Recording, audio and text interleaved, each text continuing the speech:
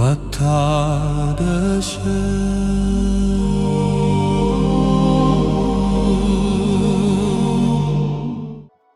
ምዕራፍ 3 ሳቢ ማድረግ ልማድን ሊቋቋሙት የማይችሉት ማድረግ። ዴቻዊው ሳይንቲስት ኒኮ ቴምበርገን በ1940ዎቹ የሚያነሳሱትን ነገሮች ላይ የነበረንን አመለካከት የቀየሩ ተከታታይ የቤተ ሙከራ ጥናቶች አድርጎ ነበር። የስራው የኖቤል ሽልማት ያገኘው ቴምበርገን ያጠናው የሚበሉ ጭላቶች ከሚበሉና በሰሜን አሜሪካ የባህር ዳርቻዎች ብዙውን ጊዜ አብረው ሲበሩ በሚታዩት ነጭና ግራጫ አዕዋፋት ላይ ነው። ጭላቶች መንቁራቸው ላይ ቀይ ነጥብ አለቻቸው። አዲስ የተፈለፈሉ የጭላቶች ጫጩቶች ሲርባቸው ይህችን የእናታቸውን መንቁር ላይ ያለችውን ቀይ ነጥብ ጠቅ ጠቅ እንደሚያደርጉ አየ። ሙከራውን ለመጀመር የጭላት መንቁር የሚመስል በካርቶን የተሰራ ሰውነት ግን የሌለው ምስል ሰራ። ከዚያም እናቶቻቸው ጫጩቶቻቸውን ትተው ሲሄዱ ወደ ጎጆአቸው ይሄድና ይህንን የእናታቸውን መንቁር የሚመስል ከጫጩቶቹ አጠገብ ያስቀምጥላቸዋል። የካርቶኖቹ መንቁሮች እውነተኛ እንዳልሆኑ በደንብ የሚታዩ ናቸው። ስለሆነም ጫጩቶቹ አይተው እንደሚለቋቸውና ምንም እንደማይመስሏቸው ገምቶ ነበር። ይሁን እንጂ እነዚህ እንጭጭ ጫጩቶች በካርቶን የተሰራውን መንቁር ላይ ያለችውን ቀይ ነጥብ ልክ የእናታቸው መንቁር እንደሚያደርጉት ሁሉ ስዕሉንም ጠቀጠቁት። እነዚህ ጫጩቶች ለዚች ቀይ ነጥብ ግልጽ የሆነ ምርጫ አላቸው። ልክ ሲወለዱ በዘረመላቸው የተገለጠላቸው እስኪመስል ድረስ። ቀጥሎ ደግሞ ቀዩ ነጥብ ተለቅ ያለ ከሆነ ጫጩቶቹ ቶሎ እንደሚመቱ ታየ። ከዚያም 3 ስፍራ ቀይ ነጥቦች ያላቸው መንቁሮች ሰርቶ አቀረበላቸው። በዚህ ጊዜ ጫጩቶቹ በደስታ ሰከሩ። ቴምበርገንና ጓደኞቹ በሌሎች እንስሳትም ላይ ተመሳሳይ ባህሪ እንዳለ አረጋገጡ። ለምሳሌ ዚይ በመሬት ላይ ጎጆውን የሚሰራ የወፍ ዝርያ ነው። እናትየዋ ዚይ በጎጆው ዙሪያ በምትንቀሳቀስበት ጊዜ አንደኛው እንቁላል ከጎጆው ተንከባሎ ይወጣና በአቅራቢያው ባለ ስር ላይ ተደላድሎ ይቀመጣል። ይህ በሆነ ጊዜ ሁሉ ዚዋ እየተወረወረች ሮጣ ትሄድና መንቁሯንና አንገቷን ተጠቅማ እንቁላሉን ወደ ጎጆው እያንከባለች ትመልሳለች። ቴምበርገን እንዳረጋገጠው ዚይ እንደ አምፖልና የቴኒስ ኳስ ያሉ ክብ ቁሳቁሶች በጎጆ አካባቢ ካገኘች እንዲሁ እየገፋች ታስገባለች። ቁሱ በተለቀ መጠን ደግሞ ለማስገባት የምታሳየው ፍጥነትና ቅልጥፍና ከፍ እያለ ይሄዳል። አንድ ዚይ እንዲያውም የመረብ ኳስ መጫወቻ ኳስን ወደ ጎጆዋ ለማስገባት ከፍተኛ መፍጨርጨር አድርጋለች። እምቢ ሲላትም እላዩ ላይ እንደተቀመጠችበት በጥናቱ ታይቷል። በዚህ መልኩ እነዚህ እንስሳት የደመ ነፍስ ሕጋቸውን እንደሚከተሉ በጥናቱ ታየ። ክብ ነገር በጎጆዬ አካባቢ ካየሁ ወደ ጎጆዬ ማስገባት አለብኝ። ክብ ነገር ትልቅ ከሆነ ደግሞ እሱን ለማስገባት በርትቼ መጣር አለብኝ ወዘተ አይነት። ሲታይ የእያንዳንዱ እንስሳ አእምሮ በልዩ ልዩ የባህሪ ሕጎች አስቀድሞ የተጫነ ይመስላል። ሕጉ ትንሽ ሲጋነን ደግሞ እንደ የገና ዛፍ ያበራል። እነዚህ የተጋነኑ ሕጎች ሳይንቲስቶች ከመደበኛ በላይ የሆነ ገፊ ነገር ይሏቸዋል።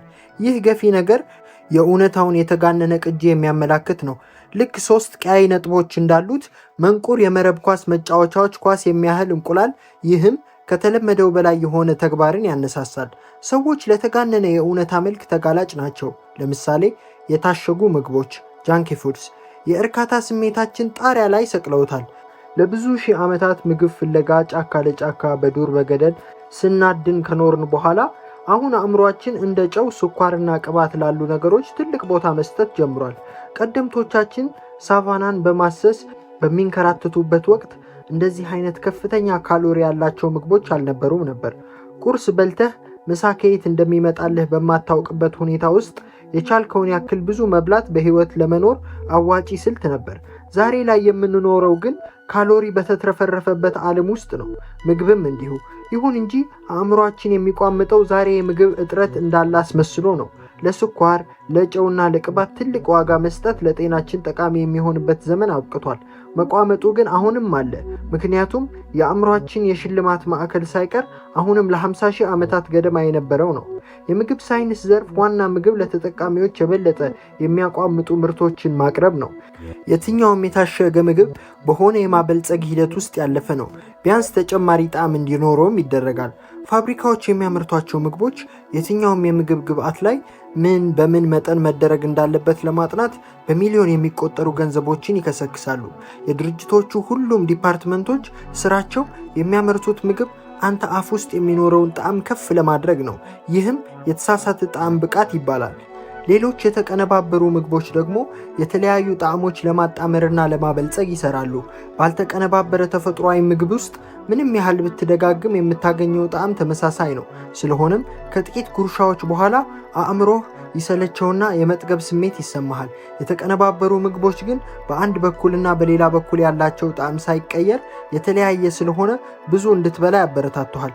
በስተመጨረሻ ይህ ስልት የምግብ ሳይንቲስቶችን ለሁሉም ምርቶች የሚሆን ቁልፍ ነገር እንዲያውቁ አደረጋቸው። ይህም አእምሮህን ያለመጠን በማጎምጀት እየተመላለስክ እንድትገዛ የሚያደርግህ የተመጣጠነ የስኳር፣ የጨው፣ የቅባት ውህድ ነው። ውጤቱም በጣም የሚጥሙ ምግቦች ለሰው ልጅ አእምሮ ሳቢ በመሆናቸው ምክንያት ብዙ እንድትበላ ማድረጋቸው ነው። በአመጋገብ ባህል በውፍረት ዘርፍ ተመራማሪ የሆነው ሳይንቲስት ስቴፋን ጉዌነት እንዳለው የራሳችን ቁልፍ በመጫን ደረጃ ብዙ ርቀት ይሄደናል።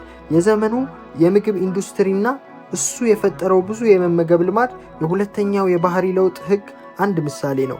እድሉ በጣም ሳቢና ማራኪ በሆነ ቁጥር ልማድን የማዳበር እድሉ ከፍተኛ ይሆናል። ዙሪያ ገባህን ተመልከት። ማህበረሰቦቻችን ቀደምቶቻችን ከነበሩባቸው እውነታዎች በበለጠ ሳቢ በሆነ መልኩ በከፍተኛ ደረጃ እንደገና በተሰሩ የእውነታዎች ቅጂዎች የተሞሉ ናቸው። ማህበራዊ ሚዲያው በቤታችንና በስራ ቦታችን ከምናገኛቸው አድናቆቶች በላይ ብዙ አድናቆቶችን የምናገኝባቸው ቦታዎች ናቸው። ማስታወቂያዎች ሐሳባዊውን የመብራትና የመዋቢያ የፎቶ ቴክኖሎጂ ተጠቅመው የሚሰሩ ናቸው። የኢንተርኔት የመዳሪያ መተግበሪያዎች በእውነት ህይወት ውስጥ ሊደገሙ በማይችሉ የስሜት ጡዘቶች አነሳሾች የተሞሉ ናቸው ወዘተ። እነዚህ የተጋነኑ እውነታዎችን ቅጂዎችን የዘመናዊቷ ዓለማችን ከመጠን በላይ ኃይል ያላቸው ገፊ ነገሮች ናቸው። በተፈጥሯዊው እኛን መሳብ የሚችሉ እነዚህ የተጋነኑ ሁኔታዎችና ደመነፍሳችን ጣሪያ ይነካሉ። ይህም ብዙ በመሸበት ልማድ፣ ማህበራዊ ሚዲያው ላይ ተጠምዶ በመዋል ልማድ፣ የወሲብ ቪዲዮን በማየት ልማድ፣ ብዙ በመብላት ልማድና በሌሎች በበርካታ ተያያዥ ልማዶች ያስጠምዱናል። ታሪክን እንደ ጠቋሚ መጠቀም ከቻል የወደፊት እድሎቻችን ኦፖርቹኒቲስ ከዛሬው ዘመን እድሎች የበለጠ ሳቢ እንደሚሆኑ መናገር ይቻላል። እየተለመደ ያለው ነገር ሽልማቱ የበዛ ይሆን ዘንድ ገፊ ነገሮች በጣም አጓጊ መሆን አለባቸው የሚል ነው። የተቀነባበሩ ምግቦች ከተፈጥሯዊ ምግቦች የበለጠ ብዙ ካሎሪዎችን ያጨቁ ናቸው። ውስኪ ከጠጅ የበለጠ ከፍተኛ አልኮልነት ያለው መጠጥ ነው። ቪዲዮ ጌሞች ከቦርድ ጌሞች የበለጠ የጨዋታ እርካታ የያዙ ጨዋታዎች ናቸው። ተፈጥሯዊ ከሆኑ ነገሮች ጋር ስናወዳድራቸው እነዚህን እርካታን ያጨቁ ተሞክሮዎችን እምቢ ብሎ መቋቋም ከባድ ነው። ያለንን የቀደምቶች አእምሮ ቢሆንም የሚያጋጥመን የመጎምጀትና የመቋመጥ ደረጃ ግን እነሱ አይተውት የማያውቁት ነው። አንድ ባህሪ እንዲፈጠር የሚያደርጉትን ሁኔታዎች ክብደት መጨመር ከፈለግ አጓጊነቱን የበለጠ ሳቢና ማራኪ ልታደርገው ይገባል። ሁለተኛው የባህሪ ለውጥ ህግ በምንወያይባቸው አጋጣሚዎች ሁሉ ግባችንን ልማዶችን ልንተዋቸው የማንችላቸው ማድረግ ነው። ሁሉንም ልማዶች ወደ ከመደበኛ በላይ የሆነ ገፊ ነገር ማሻገር ባንችልም ሁሉንም ልማዶቻችንን የበለጠ ማራኪ እንዲሆኑ ማድረግ ግን እንችላለን። ይህንን ለማድረግ መጀመር ያለብን መጓጓት ወይም መፈለግ ምን እንደሆነና እንዴት እንደሚሰራ መረዳት ላይ ነው።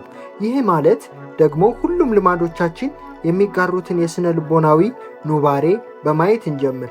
ይህም የዶፓሚን ጣሪያ ይባላል። በዶፓሚን የሚመራው የግብረ መልስ ቀለበት። ሳይንቲስቶች ዶፓሚን የተባለው የነርቭ አስተላላፊ በመለካት መጓጓት ወይም መቋመጥ የሚፈጠርበትን ትክክለኛ ቅጽበት ማግኘት ችሏል። የዶፓሚን ጥቅም በግልጽ የታወቀው የነርቭ ተመራማሪዎች ጄምስ ኦልድ እና ፒተር ሚልነር በሰሩት የቤተ ሙከራ ምርምር አማካኝነት በ1954 ነው። በተመራማሪዎቹ ሙከራ በመቋመጥና በመፈለግ ጀርባ ያለውን ኒውሮሎጂ የነርሶች ሂደት ያሳየ ነበር። ተመራማሪዎች በአይጦች አንጎል ውስጥ ኤሌክትሮኒክስን በማስቀመጥ ዶፓሚን የተባለው ኬሚካል እንዳይለቀቅ አደረጉ። ሳይንቲስቶቹ በእጅጉ ባስደነቀ ሁኔታ ድመቶቹ የመኖርን ፍላጎት ሙሉ በሙሉ አጡ። ምንም ነገር አያምራቸውም፣ አያቋምጣቸውም። በጥቂት ቀናት ውስጥ አይጦቹ በውሃ ጥም ሞቱ። በቀጣይ በተካሄደ የሌሎች አጥኚዎች ጥናት ተመራማሪዎቹ ልክ ከላይ እንዳየነው ሁሉ የአይጦች አንጎል ውስጥ ኤሌክትሮዶችን በማስቀመጥ የዶፓሚን ፍሰት ዘጉ። እነዚህኞቹ ተመራማሪዎች ግን አይጦቹ አፍ ላይ የተበጠበጠ ስኳር አፋቸው ላይ ያንጠለጥሉባቸው ነበር። ይህንን ሲያደርጉላቸው አይጦቹ ፊት ላይ ከፍተኛ የመፍካት ስሜት ይታይ ነበር። ምንም እንኳን ዶፓሚን እንዳይሰራጭ ቢደረግም አይጦቹ ግን ልክ እንደ በፊቱ የስኳሩ ጣዕም ወደውታል። ይህ ማለት ደግሞ ዶፓሚን በማይሰራጭበት ጊዜ ፍላጎት የማይኖር ቢሆንም እርካታን ማጣጣም ግን ይኖራል ማለት ነው። ያለ ፍላጎት ደግሞ ምንም አይነት ተግባር አይኖርም። ሌሎች ተመራማሪዎች ይህን ሂደት ገልብጠው ያለ ዶፓሚን አእምሮ ያለውን የሽልማት ስነ ስርዓት በዶፓሚን ሲያጥለቀልቁት ግን እንስሳቱ ልማዶችን በአደገኛ ፍጥነት መተግበር ጀመሩ። የሰው ልጆች ክርም የተለየ አይደለም።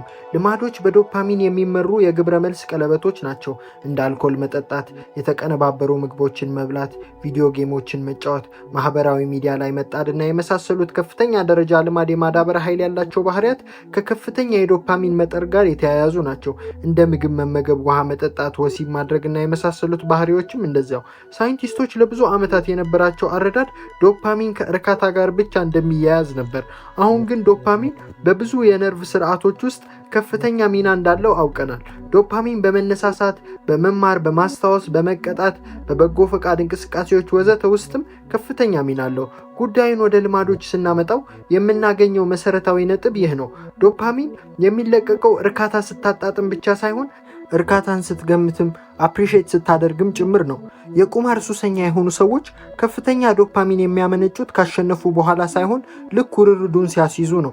የኮካይን ሱሰኛ የሆነ ሰውም ከፍተኛ ዶፓሚን የሚረጨው ኮካይን ሲጠቀም ሳይሆን ፓውደሩን ሲያየው ነው። በየትኛውም አጋጣሚ ያገኘኸው አንድ እድል ትልቅ ሽልማት የሚያመጣ በመሰለህ ጊዜ ሁሉ የዶፓሚን መጠንህ በመገመት ስሜት ተስፈንጥሮ ጫፍ ይደርሳል። ዶፓሚን ሲጨምር ደግሞ ተነሳሽነትህ ይጨምራል። እናም ወደ ተግባር የሚወስድ ተነሳሽነት ላይ የምታገኘውን ሽልማት በማግኘት ውስጥ ሳይሆን በመገመት ውስጥ ስናልፍ ነው። ሌላው ደስ የሚል ነጥብ ደግሞ ሽልማት ስትቀበል በአእምሮህ ውስጥ የሚለኮሰው የሽልማት ስርዓት ሽልማቱን ስትገምት ተለኩሶ የነበረ የሽልማት ስርዓት ራሱ መሆኑ ነው። አንድ ነገር ከማሳካት ይልቅ በዚያ ሂደት ውስጥ ማለፍ የተሻለ ስሜት የሚፈጥረው ለዚህ ነው።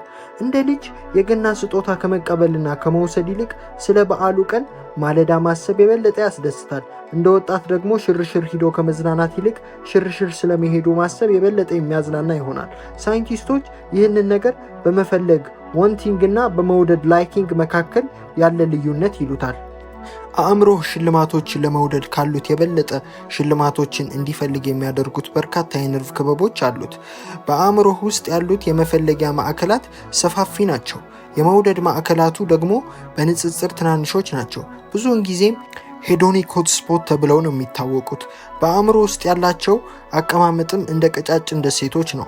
ለምሳሌ አጥኚዎች እንዳረጋገጡት ኒውክለስ አኩምባት የሚባለው ክፍል 100% ስራ ላይ የሚሆነው በመፈለግ ጊዜ ነው። መውደድ ጊዜ የሚሰራው የዚህ ክፍል ንጻሬ ግን ከ10% አይበልጥም። አእምሯችን ይህን ያህል እንቁ ቦታ ለፍላጎትና ለጉጉት ማስቀመጡ እነዚህ ሂደቶች ለሚጫወቱት ወሳኝ ሚና ተጨማሪ ማስረጃዎችን ይሰጣል። ፍላጎት ባህሪን የሚያሾር ሞተር ነው። እያንዳንዱ ተግባር የሚያከናውነው ከዚያ ቀድመው በሚሄዱት ነገሮች ምክንያት ነው። ወደ ተግባር ወይም ወደ ግብረ መልስ የሚነዳን መቋመጥ ነው። እነዚህ ሀሳቦች የሁለተኛውን የባህሪ ለውጥ ህግ በግልጥ አድርገው የሚያሳዩ ናቸው። የመጀመሪያውንም ወደ ተግባር እንድንገባ የሚያነሳሳን የሽልማት ተሞክሮን መጠበቅና ልማዳችንን ሳቢ ማድረግ የግድ ነው። ጉጉቶችን ማስተሳሰር የሚባለው ስልት ደግሞ ተግባር የሚመጣው እዚህ ጋር ነው። ጉጉቶች በማስተሳሰር ስልት ልማዶችን የበለጠ ሳቢ ማድረግ። በአይርላንድ ደብሊን የኤሌክትሪክ ኢንጂነር የሆነው ሮናን ባይርን ኔትፍሊክስን ማየት ያዝናናው ነበር። ይህ እንዳለም ሆኖ ግን የአካል ብቃት እንቅስቃሴ ማድረግ እንዳለበትም ያምን ነበር። እናም መላ ዘየደ። የኢንጂነርነት ክህሎቶቹን ተጠቅሞ የመንቀሳቀሻ ብስክሌቱን ከላፕቶፑና ከቴሌቪዥኑ ጋር አገናኘ። ከዚያም የብስክሌቱን ፔዳል በሆነ ፍጥነት ሲነዳ ብቻ የኔትፍሊክስ ፕሮግራሞችን ማየት እንዲችል የሚያደርግ ፕሮግራም ሰራ። ብስክሌቱ ለረዥም ጊዜ ዝግ ካለች የትኛውም የቴሌቪዥን ፕሮግራም ያለበት ላይ ቀጥ ይላል። ፖዝ ያደርጋል። ከዚህም እንደገና ፔዳሉን መምታት ሲጀምር ፕሮግራሙ ከቆመበት ይጀምራል። ይህ ሰው የአካል ብቃት እንቅስቃሴ የማድረግ ባህሉን ሳቢ ለማድረግ ጉጉት የማስተሳሰር ስራ ነበር የሰራው። ጉጉቶችን ማስተሳሰር የሚሰራው ማድረግ የሚፈልገውን ነገር ማድረግ ካለብህ ነገር ጋር በማቆራኘት ነው። ባየርንን ብናይ ኔትፍሊክስን ማየት ማድረግ የሚፈልገው ነገር ነው። የቁም ስፖርት ብስክሌቱ ከመንዳት ማድረግ ያለበትን ነገር ጋር አስተሳሰረው። ቢዝነሶች ጉጉትን በማስተሳሰር የተሳኩ ናቸው። አንድን ማድረግ ያለብንን ነገር ልታስተሳስርበት የምትችለው የምትወደውና ብዙ ጊዜም የምታደርገው ልማድ አታጣም። አንድ ጊዜ ካስተሳሰርከው በኋላ ያንን የምትወደውን ነገር ለማድረግ ስትል ማድረግ ያለብህን ይሄኛውንም ነገር ታደርጋለህ። ለምሳሌ የታዋቂ ሰዎች ዜና መስማት ትፈልጋለህ እንበል። የሰውነት ቅርጽህም ደግሞ ማስተካከል አለብህ። እነዚህም በማስተሳሰር ሪያሊቲ ሾዎችን ጂም ውስጥ ብቻ እንዲታይ ታደርጋለህ። የምትፈልጋቸውን ዜናዎች ለማየት ትሄዳለህ፣ እዚያው ደግሞ ትሰራለህ ወዘተ ማለት ነው። ይህ ፍላጎቶችን ወይም ጉጉቶችን የማስተሳሰር ስልት የፕሬግማህ መርህ ተብሎ የሚታወቀውን የስነ ልቦና ጽንሰ ሐሳብ የመተግበሪያ አንዱ መንገድ ነው። ይህ የፕሬግማህ መርህ ብዙ ጊዜ የመደረግ እድል ያላቸውን ባህሪያት ብዙ ጊዜ የመደረግ እድል የሌላቸውን ባህሪያት ያጸናሉ የሚል ነው። በሌላ አገላለጽ አንድ ማድረግ ያለብህ ግን ማድረግ ያልቻልከውን ተግባር ወደዚህ የምታደርገው ተግባር ጋር ካስተሳሰርከው የምትወደውን ተግባር ስትፈጽም እግረ መንገድህን ያገኛቸውን ተግባር ትፈጽሟለህ ማለት ነው። ከዚህ አልፎ ይህን ጉጉቶች ማስተሳሰር ስልት በምዕራፍ 5 ስር ካየነው ልማዶችን የማቆራኘት ስልት ጋር በማጣመር ባህሪዎችን የሚመሩ ህጎች ለመፍጠር ልትጠቀምባቸው ትችላለህ። ጉጉትን የማስተሳሰር ልማዶች የማቆራኘት ቀመር። ይህ ነባር ልማድ ካደረኩ በኋላ ይሄንን ማድረግ ያለብህ አደርጋለሁ። ይሄንን ማድረግ ያለብህን ካደረኩ በኋላ የምትፈልገውን ልማድ አደርጋለሁ። ምሳሌ 1 ዜናዎችን ማንበብ የምትወድ ብትሆንና ምስጋና መስጠት ቢኖርብህ፣ አንደኛ ቁርሴን ከበላው በኋላ ከዚያ በፊት የነበረውን ቀን ለተደረገልኝ ነገር ሁሉ ምስጋና አቀርባለሁ። ሁለተኛ ምስጋና ካቀረብኩ በኋላ ዜና አነባለሁ። ምሳሌ 2 ኳስ ማየት ብትፈልግና የሥራ ስልክ ለደንበኞች መደወል ቢኖርብህ፣ አንደኛ ልክ ከምሳ እረፍቴ እንደተመለስኩ ለ3 ደንበኞች ስልክ ደውላለሁ። ሁለተኛ ለ3 ሰዎች ስልክ ከደወልኩ በኋላ ኳስ አያለሁ። ምሳሌ 3 ፌስቡክ መጠቀም ብትፈልግና እንቅስቃሴ ማድረግ ቢኖርብህ፣ አንድ ስልኬን ካወጣሁ በኋላ 10 ፑሻፕ እሰራለሁ። ሁለተኛ 10 ፑሻፕ ከሰራው በኋላ ፌስቡክ እጠቀማለሁ። እንደዚህ በማድረግ ውስጥ ያለው ተስፋ በጊዜ ሂደት 10 ፑሻፕ መስራትን ወይም ለደንበኞች መደወልን እየለመድክ ትሄዳለህ የሚል ነው። ምክንያቱም ለደንበኞች ደወልክ ማለት ኳስ ማየት ትችላለህ ማለት ሲሆን 10 ፑሻፕ ሰራህ ማለት ደግሞ ፌስቡክ መጠቀም ትችላለህ ማለት ነውና በዚህ መንገድ ማድረግ ያለብህን ማድረግ ማለት ማድረግ የምትወደውን እንድታደርግ ማስፈቀድ ማለት ይሆናል። ይህንን ምዕራፍ የጀመርነው ፍላጎታችንን አጣጥፈው ወደ ተግባር እንድንገባ የሚያደርጉንና ከመደበኛ በላይ የሆኑ ገፊ ነገሮችን ያልናቸውን እውነታዎች የተጋነኑ ቅጂዎች በማየት ነው። ጉጉቶችን ማስተሳሰር ወይም ደግሞ አንድን ማድረግ ያለብንን ነገር ማድረግ ከምንወደው ነገር ጋር በማስተሳሰር የትኛውንም ከፍ ያለ ቅጂ የመፍጠሪያ አንዱ መንገድ ነው። በትክክል እምቢ ሊሉት የማይቻል ልማድን ማዳበር ከባድ ስራ ነው። ይህ ቀላል ስልት ግን የትኛውንም የልማድ የበለጠ ሳቢ ለማድረግ የሚያስችል ቀላል ስልት ነው። ማጠቃለያ፣ የባህሪ ለውጥ ሁለተኛ ህግ ሳቢ ማድረግ ነው። አንድ እድል የበለጠ ሳቢ በሆነ መጠን ልማድ አዳባሪ የመሆን እድሉ ሰፊ ነው። ልማዶች በዶፓሚን የሚመሩ የግብረ መልስ ቀለበቶች ናቸው። ዶፓሚን ሲጨምር ተነሳሽነትን በዛው መጠን ይጨምራል። ወደ ተግባር እንድንገባ የሚያደርገን ነገር የውጤት መገኘት ሳይሆን ውጤቱን ቀድሞ የመፈለግ ስሜት ነው። ጉጉቶች ፍላጎቶችን ማስተሳሰር፣ ልማዶች የበለጠ ሳቢ የማድረጊያ አንዱ መንገድ ነው። ስልቱም ማድረግ ያለብህን ነገር ማድረግ ከማትፈልገው ነገር ጋር ማስተሳሰር ነው። ያንተን ልማድ በመቅረጽ ውስጥ የቤተሰቦችህና የጓደኞችህ ሚና። በ1965 ላስሎ ፓርጋሪ የተባለ አንድ ሃንጋሪያዊ ወንድ ክላራ ለተባለች ለአንዲት ሴት ለየት ያለ ደብዳቤ ጽፎላት ነበር። ላስሎ ጠንክሮ በመስራት መርህ ጽኑ እምነት የነበረው ሰው ነበር። ይህ ሰው ከነዚህ እምነቱ የተነሳ የተፈጥሮ ችሎታን አይቀበልም ነበር። የትኛውም ሰው ልጅም እንኳን ጥሩ ልማዶችና ማዳበር ያላሰለሰ ልምድ ማድረግ ከቻለ በዘርፉ የተዋጣለት አዋቂ መሆን ይችላል ብሎ ያምናል። መፈክሩ የነበረውም ማንም አዋቂ ሆኖ አይወለድም፣ በትምህርትና በስልጠና ያመጣዋል እንጂ የሚል ነበር። ላስሎ በዚሁ ሐሳብ በጽኑ ከማመኑ የተነሳ ሐሳቡን በራሱ ልጆች ላይ ለመሞከር ያስባል። ለክላራ ደብዳቤ የጻፈላትም ለዚህ እቅዱ አካልነት ሚስቱ እንድትሆን ነበር። ክላራ መምህር ናት። በእምነቷም እንደሱ ጫፍ የነካ ባይሆንም ሁሉም ሰው በተገቢው መንገድ ከሰለጠነ ልማዶቹን ማዳበር ይችላል ብላ ታምናለች። ላስሎ ለዚህ ሙከራው የቼዝ ጨዋታን መረጠ። ልጆቹን ውጤታማ ቼዝ ተጫዋቾች አድርጎ የሚያሳድግበትን እቅድ ነደፈ። በእቅዱ መሰረት ልጆቹ በቤታቸው ይማራሉ። ይህ በወቅቱ ሃንጋሪያውያን ዘንድ የተለመደ ነገር አይደለም። ቤተሰቦቻቸውን በቼዝ መጽሐፍትና በታዋቂ የቼዝ ተጫዋቾች ፎቶዎች ይሞላል። እርስ በርሳቸው ይጫወታሉ፣ ያለማቋረጥ ይለማመዳሉ፣ ያገኟቸውን ውድድሮች ሁሉ ይወዳደራሉ። ወላጆቻቸው ደግሞ ልጆቻቸው የተሳተፉባቸውን እያንዳንዱን ውድድሮች ታሪክ ሳያዛንፉ ይመዘግባሉ። ሕይወታቸው በሙሉ ለቼዝ የተሰጠ ይሆናል። ላስሎ ክላራን ማሳመን ቻለ። በጥቂት ዓመታት ውስጥም እነዚህ ጥንዶች ሱዛን፣ ሶፊያ እና ጁሊት የተባሉ 3 ሴቶች ልጆች ወላጆች ሆኑ። ታዋቂዋ ልጅ ሱዛን ልክ 4 ዓመት ሲሞላት ቼዝ መጫወት ጀመረች። በ6 ወራት ውስጥ ወጣቶችን ማሸነፍ የምትችል ልጅ ሆነች። መካከለኛዋ ልጅ ሶፊያ ደግሞ ከታላቅ እህቷ የተሻለች ሆነች። በ14 ዓመቷ የዓለም ሻምፒዮን ለመሆን በቃች። ከጥቂት ዓመታት በኋላ ደግሞ ግራንድ ማስተርነትን ተቀዳጀች። ሶስተኛዋ ልጅ ጁሊት ደግሞ ከሁሉም የተሻለች ሆነች። የ5 ዓመት ልጅ እያለች አባቷን ታሸንፍ ነበር። 12 ዓመት ሲሆናት በዓለም ላይ ካሉ 100 ምርጥ የቼዝ ተጫዋቾች መካከል የተካተተች በዕድሜ ትንሿ ተጫዋች ነበረች። የ15 ዓመት ከ4 ወር ዕድሜዋ ላይ ስትደርስ አስቀድሞ በቦቢ ፊልቸር ተይዞ የነበረውን በዕድሜ ትንሹ የቼዝ ተጫዋች ግራንድ ማስተር ሪከርድ መውሰድ ቻለች። 27 ዓመት ሲሆናት ደግሞ በዓለም ላይ ቁጥር 1 ሴት ቼዝ ተጫዋች መሆን በቃች። የእነዚህ እህታማቾች ልጅነት የተለመደ አይነት ጥሩ የሚባል አስተዳደግ አይደለም። እነሱም ብትጠይቋቸው ግን ህይወታቸው በጣም ሳቢና አስደሳች እንደነበረ ይነግሯቸዋል። በተለይ ቃለመጠይቆች ውስጥ እነዚህ እህታማቾች የሚናገሩት ነገር ቢኖር የልጅነት አስተዳደጋቸው አዝናኝ እንደነበረ ነው። ቼዝ መጫወትን አብዝተው ይወዳሉ፣ አውርተውም አይጠግቡም።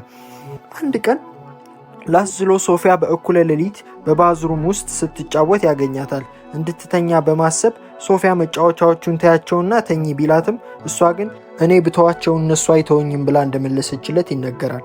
እነዚህ ታማቾች ያደጉበት ባህል ከምንም በላይ ለቼዝ ቅድሚያ የሰጠ ባህል ነው። ለዚህ ተደንቀዋል፣ ተሸልመዋል። በእነሱ ዓለም ውስጥ ከቼዝ ጋር ሙጭጭ ማለት መደበኛ ነገር ነው። ወደፊት እንደምናየው በባህል ውስጥ መደበኛ የሚሆኑ የትኞቹም ልማዶች ሊኖሩ ከሚችሉ ባህሪያት ሁሉ ሳቢዎች ናቸው። የማህበረሰባዊ ህግጋት ተጽዕኖዎች። የሰው ልጅ የቡድን እንስሳ ነው። ጓደኞች አክብሮትና እውቅና ለማግኘት ከሌሎች ጋር መተሳሰርንና በማህበረሰቡ ውስጥ መመቻቸትን እንፈልጋለን። እንዲህ አይነት ዝንባሌዎች በህይወት ለመቆየታችን አስፈላጊ ናቸው። አብዛኞቹ ታሪኮቻችን ውስጥ ቀደምቶችን የኖሩት በቡድን በጎሳ ነው። የጎሳው መለየት ወይም መነጠል የሞት ፍርድን ያህል የከፋ ቅጣት ነው። በአግባቡ የተደራጁና ህብረት የፈጠሩ እነሱ ግን ከፍ ያለ ደህንነትና የተሻሉ እድሎች ውስጥ ይኖራቸዋል። ቻርልስ ዳርዊን እንዳለው ከሰው ልጆች ረጅም ታሪክ ውስጥ አሸንፈው የወጡት መተባበርና መተጋገዝ የቻሉት ናቸው። በዚህም የተነሳ አንደኛው ትልቅ የሰው ልጅ ፍላጎት የሆነ ህብረት ወይም ቡድን ውስጥ መታቀፍ ነው። ይህ የጥንት ተሞክሮ ደግሞ በአሁኑ ዘመን ባለን ሰዎች ዘመናዊ ባህሪያትም ላይ የራሱ ተጽዕኖ አሳድሯል። የቀደሙ ልማዶች ከሌሎች የተቀበልናቸው እንጂ የመረጥናቸው ምርጫዎች አይደሉም። የምንከተለው በቤተሰቦቻችን፣ በጓደኞቻችን፣ በቤተ እምነቶቻችን፣ በትምህርት ቤቶቻችን ወይም በማህበረሰቦቻችን የተጻፉልን ስክሪፕቶችን ነው። እነዚህ እያንዳንዳቸው ከእኛ የሚጠብቁት የየራሳቸውን ነገርና የሚጨብጡትን ህግጋትን ይዘው ወደኛ ይመጣሉ። መቼና የት ላግባ? ምን ያህል ልጆች ይኖሩኝ? በዓላት እንዴት ላክብር? የልጆቼን ልደት በምን ያህል ወጪ ላክብር? ወዘተ በእነዚህ አካላት የሚወስኑልን ነገሮች ናቸው። በብዙ መልኩ እነዚህ ማህበራዊ ኖርሞች የየዕለቱን ባህሪዎቻችንን የሚመሩ የማይታዩ ህጎች ናቸው። እነዚህ ህጎች ሁልጊዜም አእምሮ ውስጥ አሉ። ብዙውን ጊዜ ባህልን ውስጥ ልማዶች የምንከተለው ያለማሰብ፣ ያለመጠየቅ፣ ያለማስታወስም ጭምር ነው። ፈረንሳዊ ፈላስፋ ሚካኤል ሞንቴሬ እንዳለው በማህበረሰብ ውስጥ ባህሎችና ኖርሞች ሁልጊዜ እንዳሻቸው ይነዱናል። ብዙውን ጊዜ በቡድን ውስጥ ታቅፎ መሄድ እንደ ሸክም አይሆንብንም። ሁሉም ሰው መታቀፍን ይፈልጋል። ለቼዝ ጨዋታ ችሎታህ በሚያሸልምህ ማህበረሰብ ውስጥ ካደግ ቼዝ መጫወት በጣም ሳቢ ነገር ይሆንልሃል። ሁሉም ሰው ውድ ውድ ሱፎችን በሚለብስበት መስሪያ ቤት ውስጥ ከሰራህ አንተም እንደዚያ መሆን ያምርሃል። ሁሉም ጓደኞችህ አንድ የሚጠቀሟት አባባል ካለች እንዳወቅካት ያውቁልህ ዘንድ አንተም መጠቀም ትፈልጋለህ። በዚህ መንገድ በምንፈልገው ቡድን ውስጥ እንድንታቀፍ የሚረዳን የትኛውን ባህሪ ሳቢ ነው። በተለይ ደግሞ ከ3 ቡድኖች ባህሪዎችን እንወርሳለን። 1 ከምንቀራረባቸው ሰዎች፣ 2 ከብዙሃኑ፣ 3 ከተጽዕኖ ፈጣሪ ሰዎች። እነዚህ ቡድኖች እያንዳንዳቸው ሁለተኛውን ባህሪ ለለውጥ ህግ እንድንጠቀምበት በማድረግ ልማዶቻችንን የበለጠ ሳቢ ማድረግ እንድንችል ይረዱናል። 1. ከምንቀራረባቸው ሰዎች ባህሪያትን መውረስ። መቀራረብ ባህሪያችን ላይ ከፍተኛ ኃይል አለው። ይህ በምዕራፍ 6 ስር እንዳየነው ለአካላዊ አካባቢ የሚሰራውን ያህል ለማህበረሰባዊ አካባቢም ይሰራል። በአካባቢያችን ካሉ ሰዎች ላይ ልማዳችንን እንወስዳለን። ወላጆቻችን ሀሳብ የሚያቀርቡበትን መንገድ እንወርሳለን። ጓደኞቻችን እርስ በርስ የሚበሻሸቁበትን መንገድ እንወርሳለን። ስራ ባልደረቦቻችን ውጤታማ የሚሆኑባቸውን መንገዶች እንኮርጃለን። ጓደኞችህ የሚያጨሱ ከሆነ አንተም መሞከር ትፈልጋለህ። ባለቤትህ በር መቆለፍን 2 ጊዜ ማረጋገጥ ልማድ ካላት አንተም ይህንን ባህሪ ታዳብራለህ። እኔ በህይወቴ ውስጥ ያየሁት ደግሞ በዙሪያዬ ያሉ ሰዎች ልማዶች ስወድ ሳላውቅ ጭምር መሆኑን ነው። በክርክር ውስጥ ከገባሁ ሳላስበው የሚከራከረኝን ሰው አካላዊ አቋም አይነት ተላብሼ ራሴን አገኘዋለሁ። ኮሌጅ እያለሁ እንደ ክፍል ጓደኞቼ ነበር ማወራው።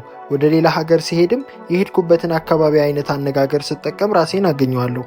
ለማቆምም ጥረት እያደረግኩኝ እንኳን አንድ ሰው የበለጠ እየቀረብነው በሄድን ቁጥር ከሱ የምንወስዳቸው ባህሪያት እየበዙ ይሄዳሉ። ይህ ጠቅላላ መርህ ነው። በአንዲት ትልቅ ጥናት 12000 የሚሆኑ ሰዎች ለ32 ዓመታት ከተከታተሉ በኋላ ከደረሱባቸው መደምደሚያዎች መካከል አንድ ወፍራም ጓደኛ ያለው ሰው ወፍራም የመሆን እድሉ 57% ይጨምራል የሚል ነው። ይህ በሌላኛው መንገድ ይሰራል። በሌላ ጥናት እንደታየው በትዳር ውስጥ ካሉ ሰዎች መካከል አንደኛው ጥንድ ክብደት ከቀነሰ ሌላው አጋርም 1/3 በሚሆን ደረጃ እንደዚያው ይቀንሳል። ቤተሰቦችና ጓደኞችን በየራሳቸው አቅጣጫ እንድንሄድ የሚያደርጉን የማይታዩ የአቻ ግፊቶች ይለቁብናል። በእርግጥ የአቻ ግፊት መጥፎ የሚሆነው መጥፎ ሁኔታዎች ከተከበብን ነው።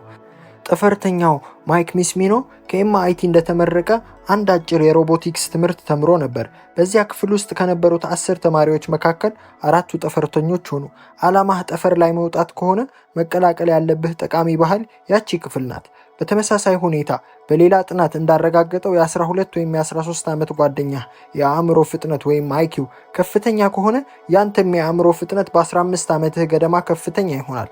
በሂደት በአቅራቢያችን ያሉ ሰዎች ብቃቶችና ተግባሮች እንወዳለን።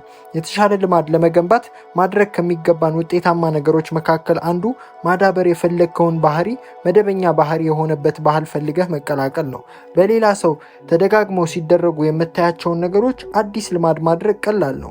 ጥሩ የሥራ ባህል ባላቸው ሰዎች ተከበህ የምትኖር ከሆነ አንተም ጥሩ ሰራተኛ የመሆን ልማድ ማድረግ ቀላል ይሆንልሃል። በጃዝ አፍቃሪዎች ተከበህ የምትኖር ከሆነ ጃዝን በየቀኑ መጫወት ምክንያታዊ ባህሪ እንደሆነ ማሰብ ይቆጣጠርሃል። ትክክለኛው ነገር ምንድን ነው ለሚል ነገር የሚኖርህ ግምት ይሰራልሃል። ስለዚህ ራስህን የምትፈልገው ልማድ ባላቸው ሰዎች ውስጥ ለማኖር ሞክር። አንተም አብረህ ታድጋለህ። ልምድን የበለጠ ሳቢ ለማድረግ ደግሞ ይህንኑ ስልት አንድ እርምጃ ወደፊት ገፋ ማድረግ ትችላለህ። የሚከተሉትን 2 ነገሮች የሚያሟላ ባህልን ተቀላቀል። 1. የፈለግከው ባህሪ መደበኛ ኖርማል ባህሪ የሆነበትን። 2. ከአንተ ጋራ የጋራ ነገር ያላቸው ሰዎች የተሰባሰቡበትን። በጎሳ ውስጥ የመታቀፍን ያህል ተነሳሽነትን የሚያሳድግ ነገር የለም። መታቀፍ የግል ጥያቄን የጋራ ያደርጋል። በፊት ብቻህን ነበርክ። ማንነትህም አንባቢ፣ ሙዚቀኛ ወይም አትሌት ነው። እናም ማንነትህ ነጠላ ነው። አንድን ባንድ ወይም ክለብ ስትቀላቀል ግን ማንነትህ በዙሪያ ካሉ ሰዎች ጋር የተያያዘ ይሆናል። ስለሆነም ማድረግና መለወጥ ከዚህ በኋላ የአንተ ፍላጎት ብቻ አይደለም። አንባቢዎች ነን፣ ዘፋኞች ነን፣ ሙዚቀኞች ነን። በዚህ መንገድ የምትይዘው የጋራ ማንነትህ የግል ማንነትን ማጉላት ይጀምራል። ልማድን ጠብቆ ለማቆየት የሚጠቅመው ለዚህ ነው። አዳዲስ ማንነቶችን የሚሰጥህና ዘላቂነት ያላቸው ባህሪያት እንዲኖርህ የሚያደርጉህ ጓደኞችህና ማህበረሰቦችህ ናቸው። 2. የብዙሃኑን ባህሪ መውረስ። የስነ ልቦና ባለሙያው ሰለሞን አስች አንድ ምርምር አድርጎ ነበር። ምርምሩ ሲጀምር ጥናቱ የሚካሄድባቸው ሰዎች ከሚያውቋቸው ሰዎች ጋር ወደ አንድ ክፍል ውስጥ እንዲገቡ ይደረጋሉ። እነዚህኞቹ ሰዎች ጥናቱ የሚካሄድባቸው ሰዎች ሳያውቁ ተመራማሪው አስቀድሞ የተጻፈ መልስ እንዲሰጡ ነግሮ ያደራጃቸው ሰዎች ናቸው። የቡድኑ አባላት ወደ ክፍሉ እንደገቡ አንድ መስመር ያለው አንድ ካርድ እንዲያዩ ያደርግና ከዚያ ቀጥሎ ደግሞ 3 መስመሮች ያሉት ሁለተኛ ካርድ እንዲያዩ ያደርጋል። ጥያቄው ከሁለተኛው ካርድ ላይ ከተሰመሩት 3 መስመሮች መካከል በመጀመሪያው ካርድ ላይ ካለው መስመር ጋር እኩል ርዝመት ያለውን መስመር መለየት ነው። እናም ጥያቄው በጣም ቀላል ነው። ይጠይቃሉ። የ2 ካርዶች ምስል የሚከተለውን ይመስላል። ሙከራው የሚጀምረው ሁልጊዜም በተመሳሳይ ነው። በመጀመሪያ በተናጠል ከእያንዳንዳቸው ተሳታፊዎች ጋር ቀላል ሙከራ ይኖራል። በዚህ ጊዜ ሁሉም ሰው ትክክለኛ መልስ ይሰጣል። በጥቂት ዙሮች በኋላ ግን ተሳታፊዎች የሚገቡት በአጥኚው የተሳሳተ መልስ እንዲሰጡ ከተነገራቸው ሰዎች ጋር ቡድን ይሆናል። እነዚህ ሰዎች መልሱ ሀ ነው ሊሉ ይችላሉ። ግልጽ ሆኖ የሚታየው ትክክለኛ መልስ ግን ሐመር ውሃ ቢሆንም፣ በዚህ ጊዜ ይህንን ሴራ የሚያውቁት የምርምር ተሳታፊዎች በግራ መጋባት ውስጥ ይወድቃሉ። አይናቸውን ያጉረጠርጣሉ፣ ስሜታዊ ሆነው በራሳቸው ላይ ይስቃሉ። ከዚያም የሌሎች መልስ ሰጪዎች ሁኔታ 2-3 ጊዜ ያያሉ። ሁሉም ሰዎች የተሳሳተውን መልስ እየሰጡ ሲወጡ ያያሉ። በዚህ ጊዜ ተሳታፊዎች ግራ መጋባታቸው ከፍ ይላል። የራሳቸውን መልስ ትክክለኛነት ይጠራጠራሉ። ከዚያም በልባቸው እውነት እንደሆነ ያወቁትን ትተው ሌሎች ሰዎች የሰጡትን መልስ ሰጥተው ይወጣሉ። አስች ይህን ሙከራ በተለያዩ መንገዶች እየደጋገመ ሰርቶታል። በዚህ ሂደት ያገኘው ነገር ቢኖር የተሳታፊዎች ቁጥር እየጨመረ በሄደ ቁጥር የመልሶች የመመሳሰል ነገሩን በዚያው ልክ ከፍ እያለ እንደሚሄድ ነው። ከተሳታፊዎች ጋር ወደ መልስ መስጫ ክፍሉ የገባው አንድ ሰው ብቻ ከሆነ በተሳታፊዎች ላይ ምንም ተጽዕኖ አይፈጥርም። ከተሳታፊዎች ጋር የገቡ ሰዎች 2 ሲሆኑ ደግሞ ተጽዕኖአቸው መጠነኛ ይሆናል። ቁጥራቸው 3፣ 4፣ 6፣ 8 እየሆነ ሲሄድ ተሳታፊዎቹ መልሳቸውን ወደ መቀየር ይወስናሉ። በሙከራው ማብቂያ ላይ እንደታየው 75% የሚሆኑት የጥናቱ ተሳታፊዎች አብረዋቸው የገቡትን ሰዎች የሰጧቸውን መልሶች ሰጥተዋል። መልሱ ፍጹም የተሳሳተ መልስ መሆኑ ግልጽ የሚታይ ቢሆንም ምን ማድረግ እንዳለብን እርግጠኛ ባልሆንበት ሁኔታ ውስጥ ስንሆን ባህሪያችን ቡድንን እንዲመራው እንፈልጋለን። አካባቢያችን ያለማቋረጥ ያጠናናል። ሌሎች ምን እያደረጉ ነው የሚለውን ማየት እንፈልጋለን። የተሻለ ነገርን ለማድረግ ይረዳን ዘንድ ሌሎች የወሰኑትን ውሳኔ የቻልነውን ሁሉ አገላብጠንና አንብበን ለማየት እንፈልጋለን። ብዙውን ጊዜ ይህ አዋጪ ስልት ነው። ለዚህ ብዙ ቁጥራዊ መረጃዎች አሉ። ይሁን እንጂ መጥፎ ጎኖችም አሉት። በብዛት የቡድኑ መደበኛ ባህሪ የተፈለገውን የግለሰብ ባህሪ ረግጦ የወጣ ሊሆን ይችላል። ደካማ ስትራቴጂ ያለው ቡድን ጥሩ ስትራቴጂ ካለው አንድ አባሉ መማር የማይፈቀድለት ጊዜ አለ። ይህ በተለይ በእንስሳት ዘንድ በብዙ ጥናቶች የተረጋገጠ እውነት ነው። የሰው ልጅም ነገር ተመሳሳይ ነው። ከቡድኑ ሕግጋት ጋር ራሳችንን እንድናስማማ የሚጫኑን ብዙ ጫናዎች አሉ። ብዙውን ጊዜ ተከራክሮ ከማሸነፍ እውነትን ከማግኘት ወይም ጎበዝ ሆኖ ከመገኘት ይልቅ ተቀባይነትን ማግኘት ይበልጥብናል። አብዛኛውን ጊዜ በራሳችን ትክክል ከመሆን ይልቅ ከመንጋው ጋር መሳሳትን እንመርጣለን። የሰው ልጅ አእምሮ ከሌሎች ጋር እንዴት ተስማምቶ መሄድ እንዳለበት ያውቃል። ይህ ተፈጥሯችን ነው። መተው ግን እንችላለን። የቡድኖች አስተሳሰብ መተው ወይም ለሌሎች መጨነቅ መተው እንችላለን። ነገር ግን ስራዎችን ይፈልጋል። ባህልን ሰብሮ መውጣት ብዙ ጥረት የሚጠይቅ ነገር ነው። ልማዳችንን የመቀየር ለውጥ ቡድኖችን መታገል ከሆነ ለውጡ ሳቢ አይሆንም። ልማድን መቀየር ማለት የተሰራ ቡድን ውስጥ ተመቻችቶ መታቀፍ ሲሆን ደግሞ ለውጥ በጣም ሳቢ ነገር ይሆናል። 3ኛ የተጽዕኖ ፈጣሪዎችን ባህሪ መውረስ። በየትኛውም ቦታ ያለ ሰው ስልጣንን፣ ክብርን፣ ዝናን ይወዳል። መደነቅን፣ እውቅናን፣ መሰጠትን፣ መሞካሸትን እንፈልጋለን። ይህ ምንም ጥቅም የሌለው ነገር ይመስላል። በአጠቃላይ ግን ጥሩ ነገር ነው። በታሪክ ውስጥ ትልቅ ስልጣንና ተቀባይነት ያለው ሰው ብዙ ሀብትና ንብረት የማግኘት እድል እያገኘ ኖሯል። በህይወት ስለመቀጠልም ብዙ አይጨነቅም። ተመራጭና ሳቢ ጓደኛ መሆኑን ማሳየት ይችላል።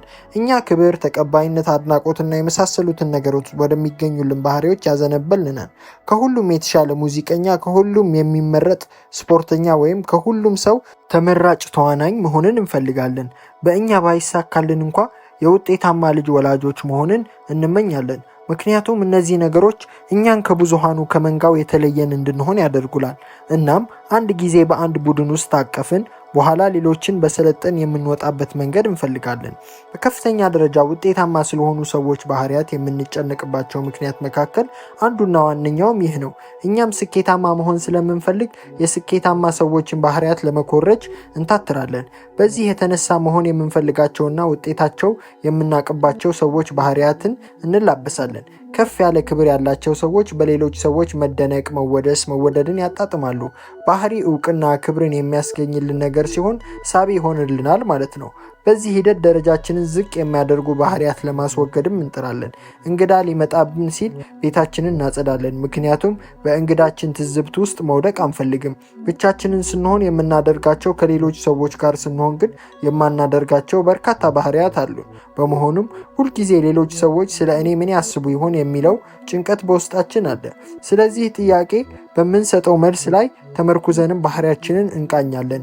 በምዕራፉ መግቢያ ላይ ያየናቸው የቼስ ተጫዋቾች እህታማቾች ማህበራዊ ተጽዕኖ በባህሪያቸው ላይ ላለው ዘላቂነት ያለው ተጽዕኖ ማሳያዎች ናቸው። እነዚህ እህታማቾች በቀን ለብዙ ሰዓታት ቼዝን እየተጫወቱ ብዙ አስርት ዓመታት መቆየት ችለዋል። እነዚህ ልማዶችና ተግባሮቻቸው ሳቢ መሆን የቻሉት ግን በከፊል በባህሉ ውስጥ ዋጋ ስለሰጧቸው ነው። እነዚህ ልጆች ቼዝ የመጫወት ልምዳቸውን እንዲወዱት ያደረጓቸውና በጥረታቸው እንዲቀጥሉ የሚያበረታቷቸው ከቤተሰቦቻቸው አድናቆት ጀምሮ ዓለም አቀፍ ተቀባይነት ያለው ግራንድ ማስተር እስከመሆን ድረስ የተንሰራፋ በርካታ ምክንያቶች አሏቸው። ማጠቃለያ፣ የምንኖርበት ባህል የትኛው ልማድ ሳቢ መሆኑን ይወስናል። በባህላችን ውስጥ የሚደነቁና የሚወደሱ ልማዶችን ወደ መላበስ እንደርሳለን፣ ምክንያቱም እነዚህ ልማዶች በዚያ ቡድን ውስጥ ለመታቀፍ የሚያበቁን ናቸውና። የሶስት ማህበራዊ ቡድኖች ባህሪያት ልንወርስ እንችላለን። የቅርብ ሰዎችን፣ ቤተሰቦች፣ ጓደኞች፣ የብዙሃኑን ቡድኖችና የተጽዕኖ ፈጣሪ ሰዎችን።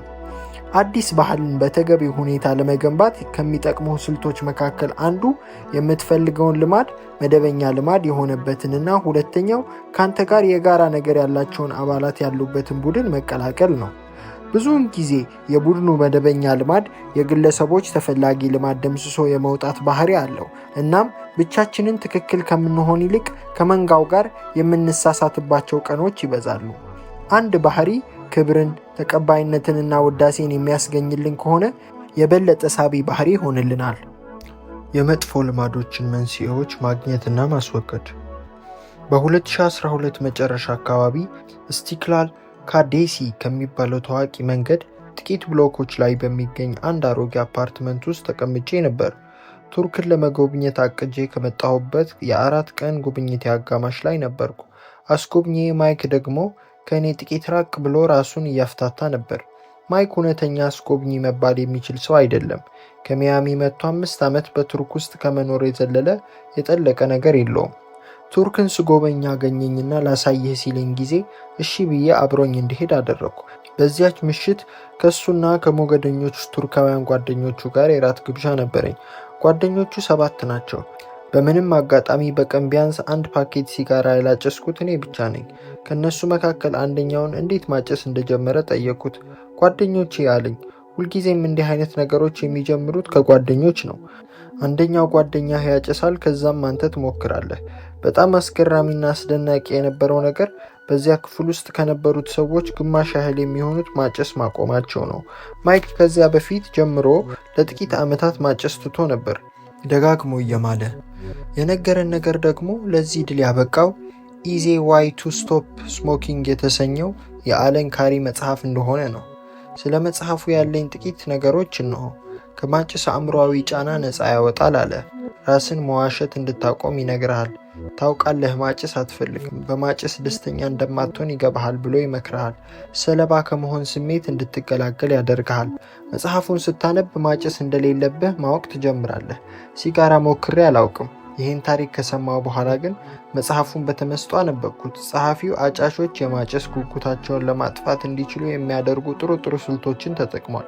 ከማጨስ ጋር የተያያዙ እያንዳንዳቸውን ፍንጮች እንደገና በመቅረጽ አዳዲስ ትርጉም ይሰጣቸዋል።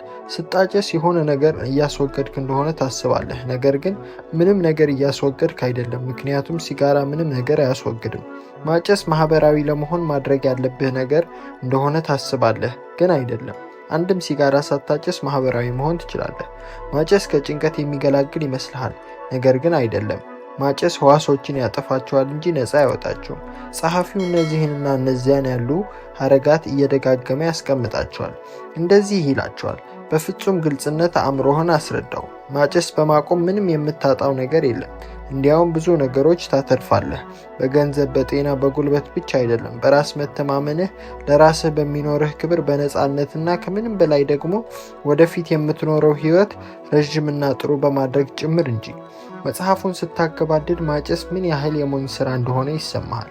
ማጨስ ምንም ጥቅም እንደማያስገኝልህ ካወቅክ ደግሞ የምታጨስበት ምክንያት አይኖርህም። ይህ የሁለተኛ ባህሪ ለውጥ ህግ ተገላቢጦች ነው፣ የማይስብ ማድረግ። ይህ ሀሳብ ነገሮችን ከሚገባው በላይ ቀላል አድርጎ የሚያይ እንደሚመስል አውቃለሁ። አስተሳሰብህን ቀይርና ማጨስ አቁም። ከኔ ጋር ግን ትንሽ ቀጥል። መቋመጥ የሚመጣው ከየት ነው? እያንዳንዱ ባህሪ ከላይ በሚታይ ደረጃ ያለ መቋመጥ ወይም ፍላጎትና ውስጣዊ የሆነ ትልቅ አነሳሽ ምክንያት አለው። እኔ ለምሳሌ አሳ መብላት እፈልጋለሁ አይነት መቋመጥ አለኝ። አሳ መብላት ለምን እንደምፈልግ ብትጠይቀኝ ለመኖር መብላት ስላለብኝ አልልህም። እውነታው ግን ለመኖር መብላት እንዳለብኝ የሆነ ቦታ በጥልቀት የተቀመጠ ገፊ ስሜት ነው።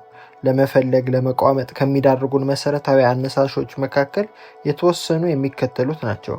ኃይል፣ ጉልበት ለመቆጠብ፣ ምግብና ውሃ ለማግኘት፣ ፍቅር ለማግኘት እና ለመውለድ፣ ከሌሎች ጋር ለመገናኘት እና ለመተሳሰር፣ ማህበራዊ ተቀባይነትና እውቅናን ለማግኘት፣ እርግጠኛ ለመሆንን ለመቀነስ፣ ክብርንና ደረጃን ለማግኘት። መቋመጥ የገፊ ስሜታችን አንዱ ልዩ መገለጫ ነው።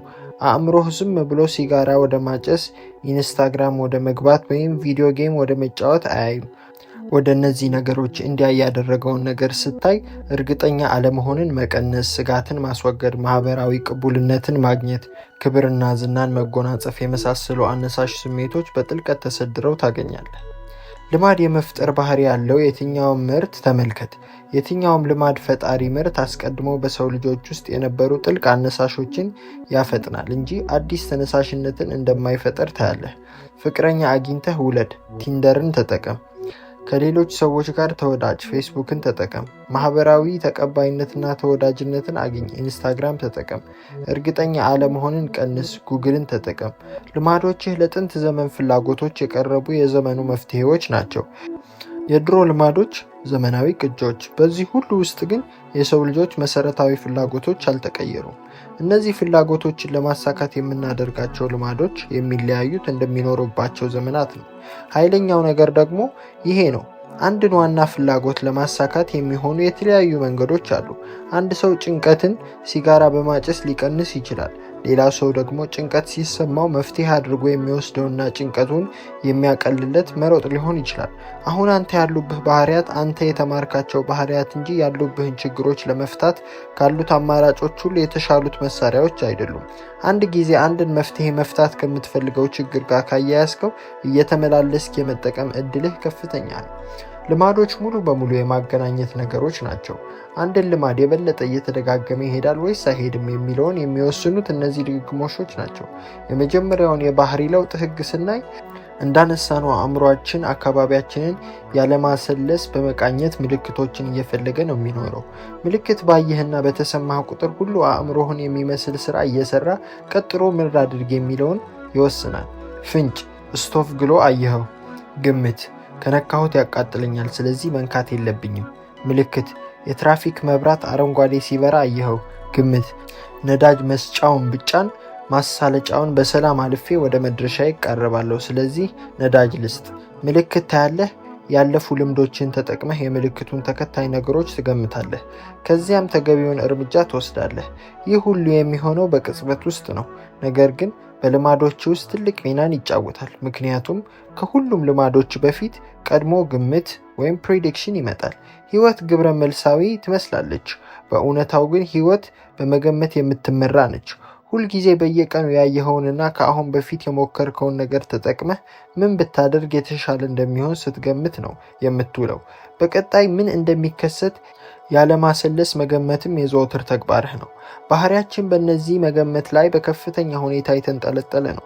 በሌላ አገላለጽ ባህሪያችን የሚመሰረተው በተጨባጭ በተከሰቱት እውነታዎች ላይ ሳይሆን እነዚህ ክስተቶች የምንተረጉምባቸው አረዳዶችና ግምቶች ላይ ነው።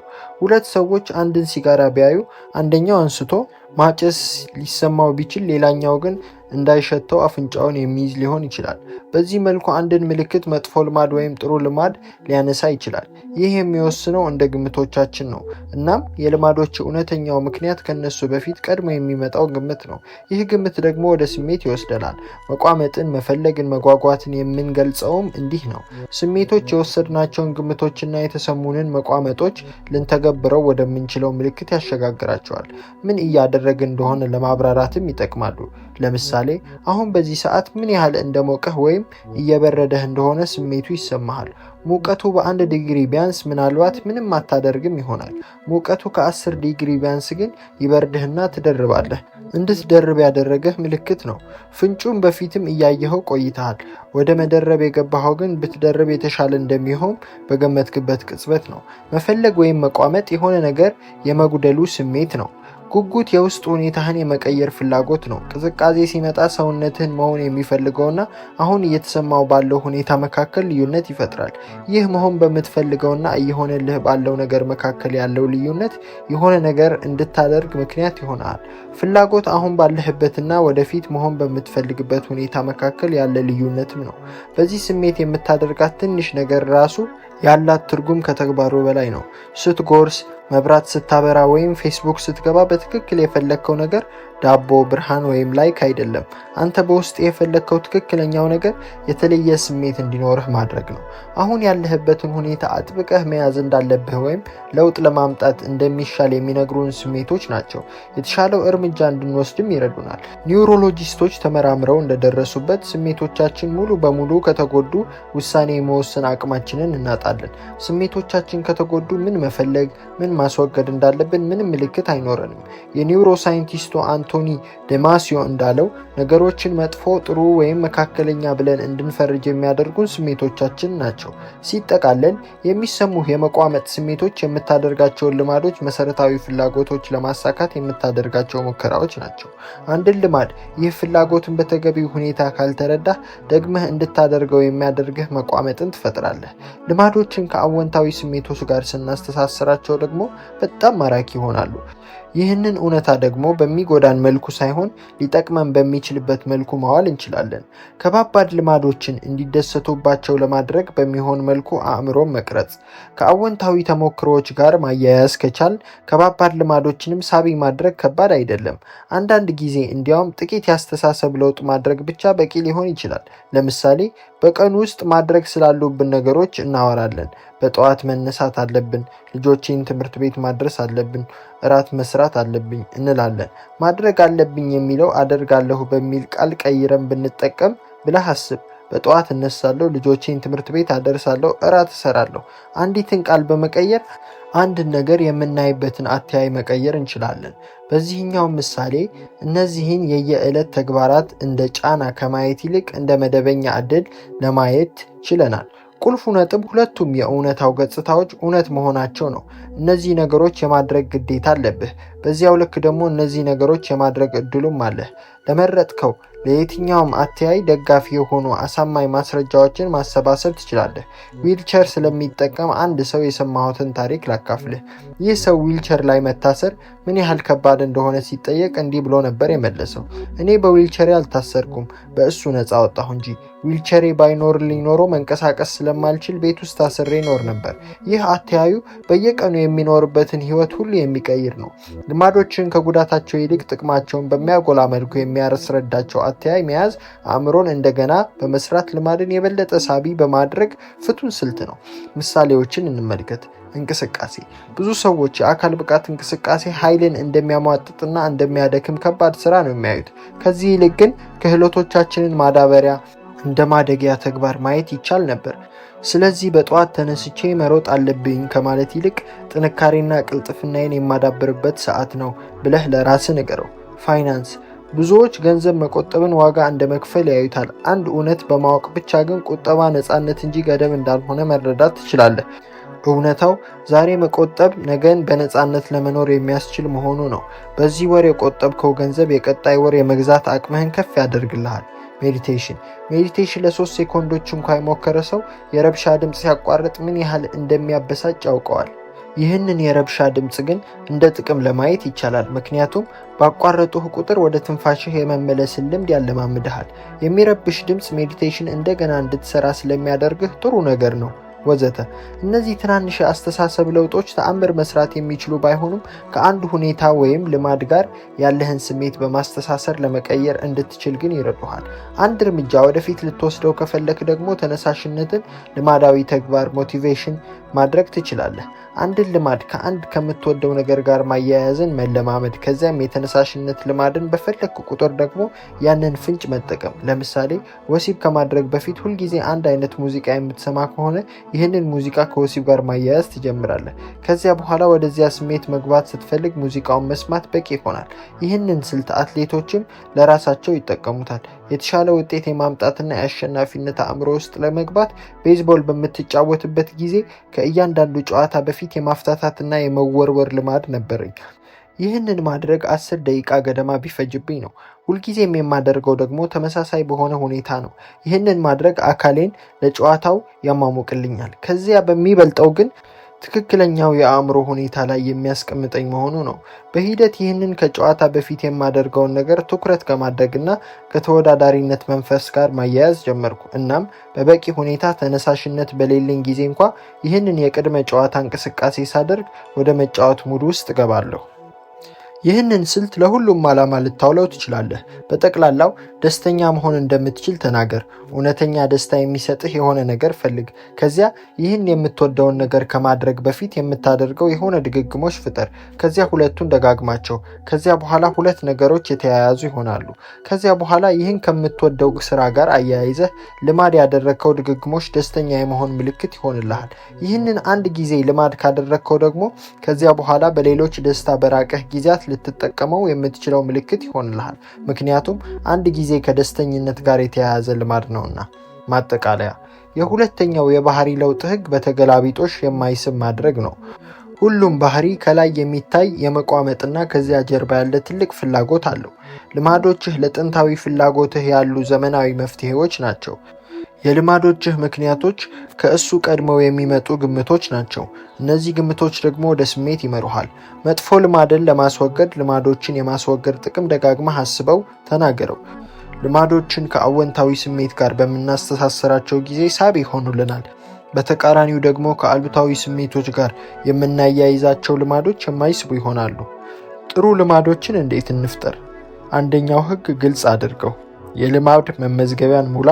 ነባር ልማዶችን በመመዝገብ ስለ እነሱ ግንዛቤ ይኑርህ። ሁለተኛ የትግበራ ፍላጎት ተጠቀም። ቀመሩም ይህ ነው። ይህንን ባህሪ በዚህ ሰዓት እዚህ ቦታ አድርጋለሁ። ሶስተኛ ልማዶችን ማቆራኘት ተጠቀም። ልማዶችን የማቆራኘት ቀመር ደግሞ ይህ ነው። ይህንን ነባር ልምድ ካደረግኩ በኋላ ይህንን አዲስ ልምድ አደርጋለሁ።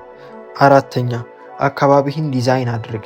የጥሩ ልማድን ፍንጮች የሚታዩና ግልጽ አድርግ። ሁለተኛው ህግ ሳቢ አድርገው። ጉጉትን ማስተሳሰርን ተጠቀም። ማድረግ ያለብህን ነገር ማድረግ ከምትወደው ነገር ጋር አስተሳስረው። ሁለተኛ የምትፈልገውን ባህሪ መደበኛ የሆነለትን ባህል ተቀላቀል። ሶስተኛ የተነሳሽነትን ልምድ ፍጠር። ልታደርገው ካልከው ከባድ ነገር በፊት የምትወደውን አድርግ። መጥፎ ልማዶችን እንዴት እናስወግድ? አንደኛው ህግ ተገላቢጦሽ የማይታይ አድርገው። ተጋላጭነትን ቀንስ። መጥፎ ልማዶችን ፍንጭ ከአካባቢ አስወግድ። ሁለተኛው ህግ ተገላቢጦሽ የማይስብ አድርገው። አስተሳሰብን ቀይር። መጥፎ ልማዶችን ማስወገድ ጥቅሞቹን ደጋግመህ በማሰብ አጉላቸው።